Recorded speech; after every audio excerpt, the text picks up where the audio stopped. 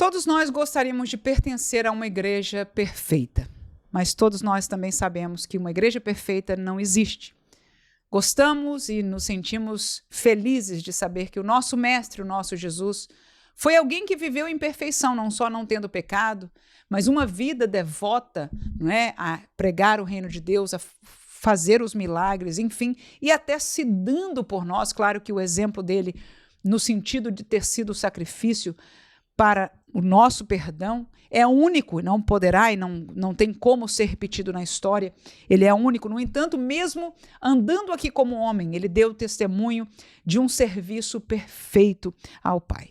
No entanto, ele deixou depois de si a realidade da igreja. Inclusive, quando enviou os discípulos, os apóstolos, juntos com alguns outros para aquele cenáculo, ele disse: olha, vocês vão ser aqueles que vão espalhar esta mensagem por todo o mundo, vão ser minhas testemunhas, não só em Jerusalém, como em toda a Judéia, Samaria e até os confins da terra. Mas eles não deveriam ir, porque foi a palavra de Jesus, sem que antes recebessem o poder.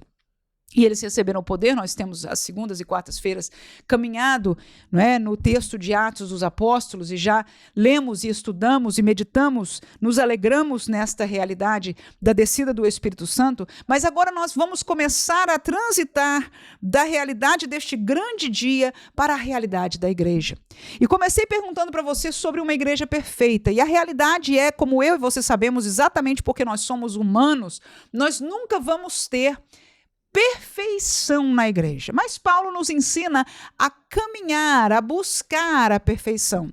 E o texto de Atos 2, na minha visão, mostra, reflete a igreja mais perfeita que houve na história da humanidade. Porque não só ela, no dia de Pentecoste, no tempo do Pentecoste, ela estava nova convertida. Nós que um dia recebemos a Jesus, que fomos transformados, reconhecemos como espiritualmente estes dias depois da transformação do poder de Deus em nossas vidas.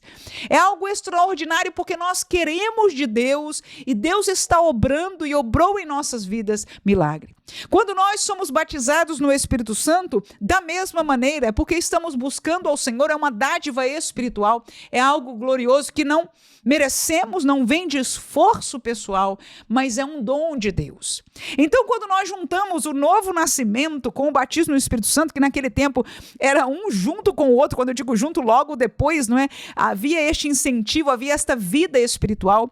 Esta igreja nova agora com os apóstolos, que não só conheceram a Jesus, testemunharam a ressurreição, a ascensão, agora estão com o chamado e estão cheios do poder de Deus, como nunca, porque é a primeira vez, aquilo está extraordinário na vida deles. Eles estão prontos a encher o mundo com o evangelho e aqueles novos convertidos estão vivendo a primazia deste evangelho. Então, para mim, quando eu olho para esta igreja, que o meu pastor sempre se refere a ela de a igreja primitiva, eu chamo a igreja de Atos dos Apóstolos, a igreja que nós somos continuidade dela. Ela é aquela primeira e nós continuamos e devemos nos igualar a ela, porque foi esta igreja que estava vivendo tudo que Jesus, e neste caso também Deus, preparou para ela. Perfeitos não, porque somos humanos, mas ela estava vivendo tudo desta graça que Jesus tinha apresentado. Agora, nós vamos ler um versículo. Qual o segredo desta igreja? Porque se nós aprendermos desta igreja, eu entendo que nós vamos estar vivendo cada vez mais perto de um ideal de igreja. E neste um versículo eu encontro 4 coisas que são importantíssimas, em verdade vitais, essenciais, que são na verdade as bases para a igreja verdadeira de Jesus Cristo, que foi tomada forma ali no dia de Pentecostes. Trata-se do versículo de número 42 de Atos 2. Nós acabamos de, no último encontro, ver a primeira pregação de Pedro, que trouxe aquele compungir de corações que se arrependeram. E aí eles perguntaram o que fazer e Pedro disse: 3.000 almas aceitaram a Jesus. E estas almas, junto às outras que ia se ajuntando, diz o texto de Atos 2:42, e eu já quero saudar, antes de ler o texto, a você neste dia com a paz do Senhor Jesus. 2:42 de Atos diz: e perseveravam na doutrina dos apóstolos, e na comunhão, e no partir do pão, e nas orações. Ora, 4 coisas nós falamos aí. Se elas estão em ordem de mais importante para menos, eu não sei e eu não faço caso, porque eu entendo que estas 4 coisas são como pés de uma mesa, que sustentam uma mesa para ela não balançar, para ela não cair, para ela não estar fora de equilíbrio. E a primeira delas trata-se da doutrina dos apóstolos. Portanto, uma igreja equilibrada, uma igreja bíblica, ela tem que ter uma dos seus pés, das suas firmezas na doutrina dos apóstolos. Esta palavra, este Novo Testamento que nós temos, é a doutrina dos apóstolos.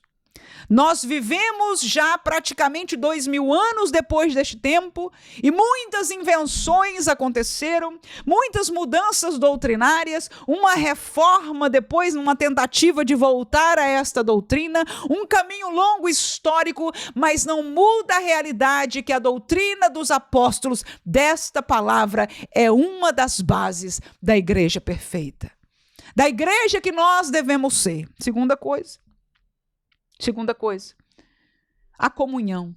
E eu vejo esta comunhão aqui, a comunhão espiritual, aquela que vai estar igual à palavra de Paulo que diz: nós somos um só, nós temos um só Senhor, uma só fé, um só batismo, esta unidade doutrinária, porque a primeira parte é a doutrina dos apóstolos, nos traz comunhão espiritual. Se nós cremos num só Deus, se nós cremos num só Cristo, se nós cremos num só céu, se nós cremos numa só verdade bíblica que nos leva a ter esperança em Jesus e na ressurreição, então nós temos comunhão. Porque a nossa prioridade é a mesma, o nosso sentimento é um só em Cristo Jesus, nós nos vemos iguais aos outros, porque somos todos transformados pelo poder do Senhor, e eu estou falando espiritualmente, é claro que socialmente há diferenças. Deus mesmo disse que enquanto houver humanidade, vai haver pobres e vai haver ricos, vão haver diferenças na sociedade. Mas quando falamos de comunhão espiritual aqui na igreja, estamos falando de igreja perfeita, tem a doutrina dos apóstolos, não é só palavra, não é só Bíblia, não é teologia, não é muito estudo, é a doutrina dos apóstolos. A outra é a comunhão espiritual. Se não houver comunhão espiritual na igreja, está falha. Nós precisamos buscar a doutrina, precisamos buscar a comunhão espiritual. Mas fala do partir do pão, que é a comunhão humana. Porque enquanto nós falamos de comunhão espiritual, para nós até fica um pouco fácil. Porque às vezes a gente se aperta e diz: estou em comunhão, contanto que não chegue perto de mim, né? Mas espiritual eu estou. E não é nem verdade isso, para ser muito sincero. Mas a igreja tem que também ter comunhão física. Nós nos sentamos em bancos um ao lado do outro. Nós conversamos uns com os outros, nós nos saudamos uns aos outros. Nós sorrimos uns pelos outros, nós oramos uns com os outros.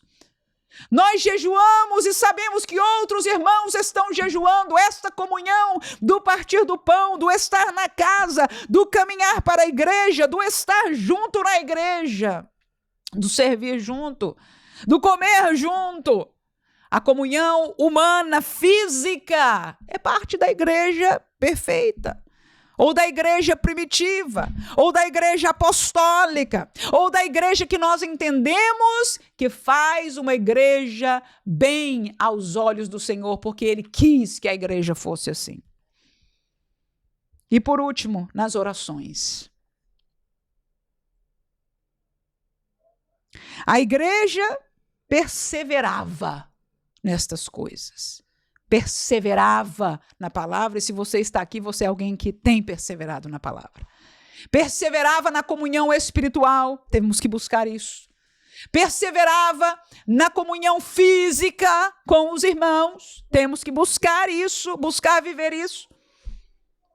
Mas perseverava na oração. Oração de 1 minuto não é perseveração, é quase reza. Perseverar na oração é parte, é a outra perna desta igreja. Se faltar, vai cair, vai ficar troncha, vai ficar torta. E nós estamos cansados de ver e até acusar as igrejas tortas. E até perguntamos muitas vezes para onde devemos ir, para onde iremos nós se não encontramos perfeição. Mas cabe a nós, como parte desta igreja, a Bíblia Sagrada nos chama de pedras vivas, que são feitas para edifício de Deus. A igreja é um corpo, mas é formada de membros.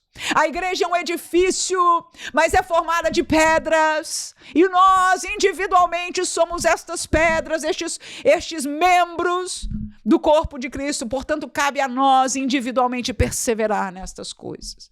E orar por aqueles que estão em alguma autoridade, porque são mais importantes para que mais pessoas estejam alinhadas neste mesmo entendimento.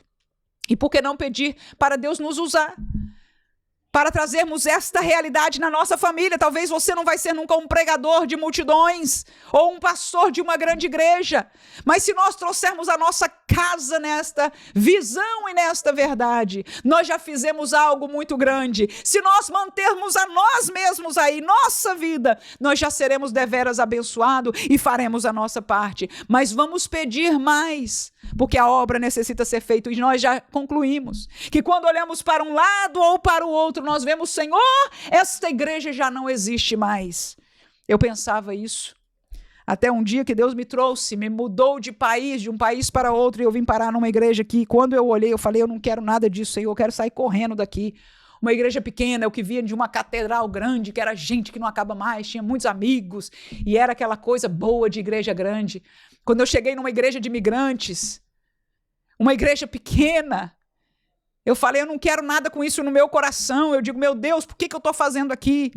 Mas quando aquele pastor começou a abrir a Bíblia e a pregar e a falar a palavra de Deus, e que fluiu a graça de Deus daquele púlpito, e eu comecei a ver o Senhor quebrantando corações, as pessoas transformadas, o poder de Deus em ação, e comecei a dia após dia conviver com aquela igreja, com aqueles hinos quadrados que eles cantavam, com aquela maneira de ser diferente, que eles se vestiam diferente de como eu era. De repente, um dia eu estava num batismo nas águas, quando as lágrimas corriam dos meus olhos, e eu agradecendo a Deus naquele dia, obrigada por eu saber que a igreja de Atos dos Apóstolos ainda está viva nestes dias.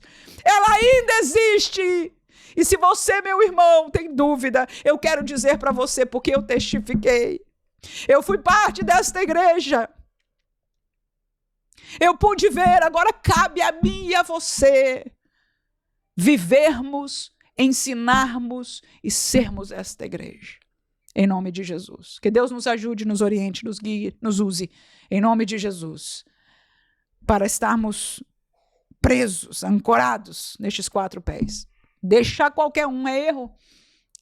Claro, alguns são mais fáceis, todos são difíceis, na verdade, mas um é mais fácil às vezes do que outro. Mas precisamos cuidar de sermos fiéis em tudo à palavra de Deus. Que Deus abençoe a cada um em nome de Jesus. Amém.